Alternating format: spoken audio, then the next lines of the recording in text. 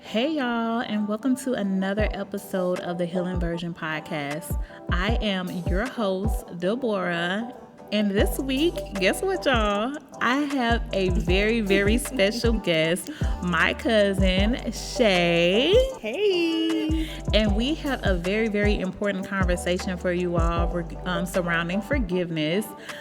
So sit back, relax, enjoy. I feel like forgiveness is one of those things that we lack in the Black community. So we're going to get deep with it. We're going to have a conversation. I hope that y'all enjoy it. And thanks for being here. Forgiveness is a powerful act of releasing resentment or anger towards someone who has wronged you.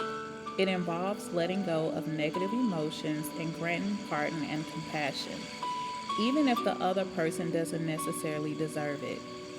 Forgiveness doesn't mean forgetting what happened or excusing the behavior, but rather it's about finding peace within yourself and moving forward from the pain or hurt. It can be a challenging process, but it's often a crucial step toward healing and personal growth. One of the things that hurt me the most when it comes to your loved ones in particular is the miscommunication. And with miscommunication is misunderstanding.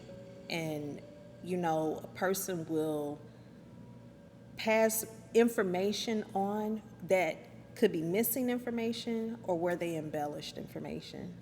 And then if that person that is the listening party isn't mature enough to take that information and try to get the totality, you know what I mean, instead of just taking on the feelings and emotion of the person that's giving them that information about that person, that can create discord, contention, hurt, pain, unforgiveness. I think that's where a continuing cycle of that continuing to happen creates distance and trust issues and unforgiveness. So let me ask you this. Do you think that it's a generational thing? Do you think that our generation is suffering from the unforgiveness of our parents, and because the way they handle things, we've watched them walk around with unforgiveness and not talking to their sisters and brothers, and we take on that same thing. But I feel like with our generation, it's hurting us way more. Like,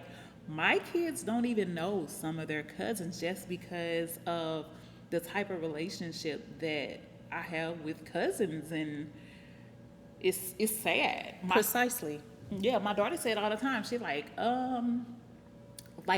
why don't we do anything? Like, what if I meet my cousin and I start dating my cousin? We don't even know who our relatives is because of the disconnect. Yeah, I agree. I definitely agree with that.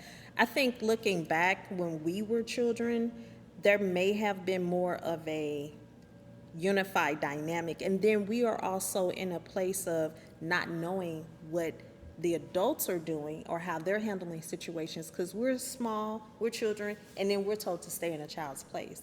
So we don't really know how they handle situations until we start getting older and catching wind of information. Yes. And listening and paying attention and then seeing how they mishandle resolving things. And then if they are teaching us and we're learning from them, then we're only perpetuating that same thing that they're doing in our relationships. That's very true. So it's up to us to stop it. It's up to us to make a difference, especially for the younger generation. Like, they deserve to know who their family is. They deserve family reunions. Yeah. They deserve to come together on Christmas, and it's just not happening. And it's really because it's a lot of unforgiveness, and people don't know how to communicate or sit down and have conversations. And I'm sick of it. Like, I'm so sick of it. Absolutely. Like, if I have to be the person that's like the bigger person that like make stuff happen and make people come together, then that's just what I'm gonna have to do. Especially for the sake of my children. Like, Yeah, absolutely. It's sad when you think about it because, like you said, your daughter is like, who are these people? I don't really know anyone because the family dynamic is no longer there. And then there's no matriarch either stepping up Nope. and bringing and bridging the family together. Nope. No glue at all. No glue.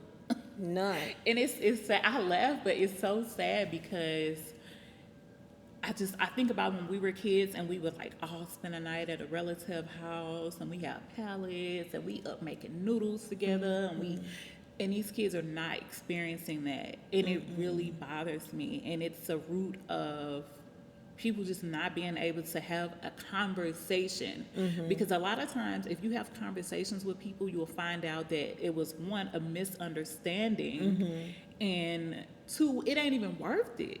Right. It's not worth it. Like, whatever you mad about, I guarantee you wouldn't want that person to die tomorrow and you did not get to say, I'm sorry, I love you, it was a misunderstanding. I'm tired of only coming together for funerals. Yeah. Like, Yeah. we got to do better. We have to. And we say that. People will say that. They know they see a problem and they'll say the general statement, man, we got to do better. You know, we family, this, that, and the other, but then there's no initiative taken on by the person that acknowledges it. And then there's cliques. Then there's lack of accountability. Ooh. There's lack of accountability, and when there's a shortage of accountability, when that person is doing wrong, because depending on how close you are to them, they're not being put in check, or not so much as an adult trying to check another adult, but it's like bringing acknowledgement to, hey, you wrong for that. If you don't say anything, then they'll continue this cycle of being wrong forever, and nobody's ever telling them, hey, you know you was wrong. Like, there's no accountability. And I feel like a lot of these situations is a lack of accountability. And don't get me started on the cliques. It's like certain people get invited to certain things, and then, like, my mama was just telling me she's going to a relative house today. You know what I'm saying? I would never be invited over there because of how they feel about me. And that's fine. That's okay. Like, I'm not for everybody, and I love all my relatives, but I don't have to be around. Yeah. I don't have to be up under you. Yeah. But we should have a cordial enough relationship where we can all come together for family reunions. We can all come together for grandma's birthday. We can all go to the park every Sunday, every other Sunday, and like catch up, find out what the kids got going on, go to basketball games, go to football games, support each other. I feel like the family is too big for us not to have a huge support system. We got too many men in the family that know how to work on stuff that I gotta pay the white man to come and fix on stuff. I'd rather pay my uncle to fix on the stuff. We got too much talent. We got all these women in the family that know how to clean, cook. If we came together as a family dynamic, we could make millions. But because it's so divided, and this person don't want to see this person get higher than them, like, we could all win. We can all win. But it's enough to go around. It's a mindset, and it's just people gotta change the way they think and forgive. Yeah. Where would you say, from your experience, because you've been around and involved more than me, which, you know, growing up, that wasn't my decision at all. Because you can't put yourself where you can't go when you're not old enough to do it, right? Right. So, based on your experience and just being honest, because, you know, that's the thing too, we hee-haw around what really needs to be said, and one want to say stuff that needs to be said. Go ahead and ask me. Who dropped the ball? The ball. So I'm gonna have to start at the head. Wait, or did they ever have the ball to drop? Maybe never had the ball. I really think that our parents really had, I feel like they had the ball at one point, but because they have so much hurt and pain that they haven't healed from, because that's one thing that having this podcast and actually sitting down and reflecting is causing me to have to think about what other people went through. Take my mama for example. My mama was the black sheep. My mama was treated not good as a child. Like the story she tell me, it makes me have hatred in my heart for certain individuals, and I know I won't be blessed that way. So just knowing what she went through and just knowing how my childhood was, I can't even really blame my mama, because it's like nobody showed her, nobody told her. Nobody sat down and tried to teach her things. So it's like, how can somebody who don't know anything or know what you need because they wasn't giving it, how can they give it to you? Yeah. So she did the best she could with She what did she the knew. best she could with what, and I feel like now she's like trying to make up for it, and it's like, no, like I love you, I appreciate you for everything that you done when I was a kid, as a teenager. You can't really try to make up for somebody failing you when you were a child. You did the best for what you had, and that's all we can do. Yeah. We can only do the best with what we have. So to answer your question, the ball being dropped, I feel like as a family dynamic, as a unit, because I feel like the family is too big to be this divided. Now you got one or two people that don't come around, that don't mess with everybody. That's one thing. You have a whole family. Grandma got what? She had 10 kids. It's 9 of them left. And y'all this divided. Y'all got all these kids, all these grandkids, all these great grandkids. Like the generation, I'm thinking is like at least 6. Like the depth of generation goes maybe 6 generations right now. Deep, I would say. And we all live in this city, and we don't do shit together. We don't come together on for nothing. The last time I probably saw everybody was a funeral. I'm tired of seeing y'all for funerals. Yeah. No. So I want to express why I now, as an adult making my own decisions, stay away. I stay away. So when I was trying to come around, it's just that not feeling like you are welcome. Yeah. That energy spoke louder than the silence. The silence is deafening, right? And it's like, and then you're being kind of observed, and you're like, oh God, You're being I don't judged. feel connected to anyone. I don't feel like I want to eat because, are you going to feel some type of way if I eat? Or you going, can I touch your food? Can I get something to drink? Can I sit on your couch? You should, right. And when you come together with your family, like you come over my house, that's your house. Everybody know when they come to my house, don't ask me for stuff. If you can't have it, I'm gonna tell you. Right. Don't eat that. That's mine. I want to enjoy that. Right. Other than that, go in the refrigerator as you please. Go to the bathroom. Use up all the towels. I don't care. It's just stuff. We can get it again, but what we can't get again is those family members that pass away. We can't get them again. So while you're here and you have breath in your body, I want to be the best I can be to you. I want to show you all the love. Man, when I go down south, it'd be exactly what I wish it was. Yeah. It's so much love and support. I go to my best friend's house. She feeds me. She's like, this your house. Get whatever you want. Sit where you want.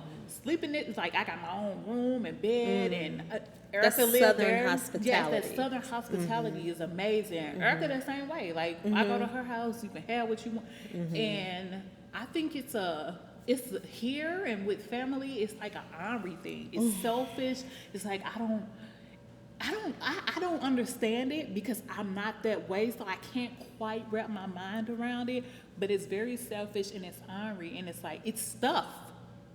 You can go get it again. Like whatever it is, the food, the drinks, if somebody breaks something in your house, you can get all of this stuff again. And I just I don't know. It's really sad. It's really sad, and I wish it really is. This is what you see in a like when it's a smaller family, when you got grandma and she passed away and papa passed away, they only had 2 kids, one of their kids don't have no kids, the other one maybe had 1 or 2, so they don't really have family reunions because it ain't enough people to have no family reunions, but they still try to kind of support each other. Yeah. That you see that in those type of, like, our family is just too big, and I'm gonna keep saying it, it's just too big Yeah. for us not to have a really good dynamic of people. Like I said, it don't have to be everybody. It's gonna be some bad apples in the bunches, but it's enough of us to where we should be like kicking it. And I've had the conversation of us doing the family reunions. I think our generation should really take over it because we're a little more hip, we know a little more, and our parents, they old and they set in their ways, and a lot of them is the problem anyway. Oh yeah. So absolutely. Speak on that. I have had a conversation with one of the cousins, and me and him said we was gonna start doing something in the park on Sundays because I feel like that's a day that most people aren't at work, and after church or whatever, just bring the kids and we just kick it at the park, play games, just see each other. Because don't come to my funeral hopping and hooping, doing all of that, and you couldn't call me while I was living, breathing. If you can't give me my flowers now, please keep them when I pass, please, because like, show me you love me now, because I can't read your Facebook post when I'm in the ground. That part. Like, So,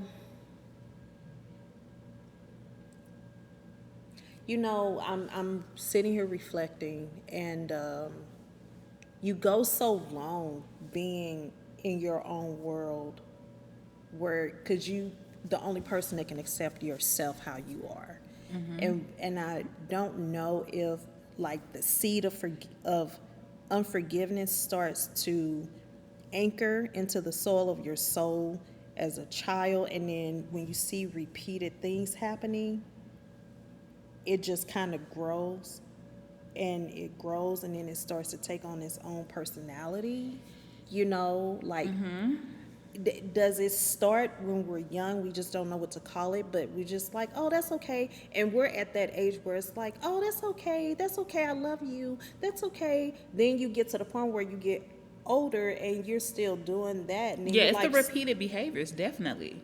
It's definitely because I feel like at some point, even as a child, you can forgive somebody and be like, okay, well, you did that when I was younger, but you don't do it now. You're a better person. You show up for me. You love on me. Like, okay, whatever it was when I was younger, it's okay now, because now as an adult, I can say that about my mom. Like, I don't feel like I had a stable childhood, but I feel like now as an adult, like, she shows up no matter what. Like, she shows up. So, like, I don't have any ill will towards her. I don't feel no type of, like, messed up way about her, because she shows up in a way that a father should. Like, the stuff she be coming to my house doing and stuff, my daddy know how to do all of that. He not coming to do, but that's a whole nother episode. But I do feel like it's the repeated behavior. Like, if you don't change your behavior, because kids are so forgiving, kids are really forgiving, but as a teenager, as an adult, you're still doing these same things. Like, you still playing in my face. Like, how dare you? It's disrespectful. It's so disrespectful. And I think another thing that anchors us to having unforgiveness that we haven't acknowledged as being unforgiveness is we're constantly suppressed, where we don't get to say what's going on with us. Our feelings is not acknowledged, which leads to us not feeling validated, right? So when we are constantly cut off by adults, and then our peers as children learn those habits from those that they learned from, then we are doing that to our peers. I think it's really unfair when a person who loses touch with reality and they are so about themselves and they say what they want to say, they do what they want to do, and it's like it's no consideration at all on how it affects you. But you better not do to them what they're doing to you. Oh, absolutely Double not. standard. Absolutely not, because most people like that cannot take what they dish out. They cannot take the disrespect. They can't take being held accountable. A lot of this stems from just being accountable. When you hold people like that accountable, they start gaslighting. They show how manipulative they really are, and it's really sad because it's a learned behavior, because now you're acting like that, and now you're going to pass that on to the next generations, and now we got cousins that act like that, and it's just a continuous cycle. Yeah. And I'm determined to stop it. Yeah. At least with my family. Yeah. Like, I want and I say this all the time, I want my kids to be able to come to me and have a conversation. That whole saying a kid's place, what I say goes. Sometimes you're wrong. Yep. As a parent, sometimes you're wrong. Absolutely. And that child should be able to tell you in a respectful way that you're wrong. And I feel like when we were kids, we were never given that opportunity to tell an adult in a respectful way that they're wrong, or that you made me feel this way. Like when you said that, I didn't like how you said that, you made me feel like this. And they feel like kids don't have nerves. And then what was the other thing they used to tell us besides stay in a kid's place? Oh, don't You're not going through nothing. What are you going through? You don't have any problems. They discounted the mess out of our feelings. So now we're a bunch of adults who have, I feel, untreated ADHD. A lot of us have anxiety problems, and that's from just being so anxious as a kid and being nervous about different things. Like stuff happening, it's like, well, can I say something, or am I gonna get yelled at? Can I, like, they made me feel like, can I say, like, no, you're forbidden to say anything. If you say something, you might get your teeth knocked out. And that's just crazy, and I really hate that. It's almost like a slave mentality almost.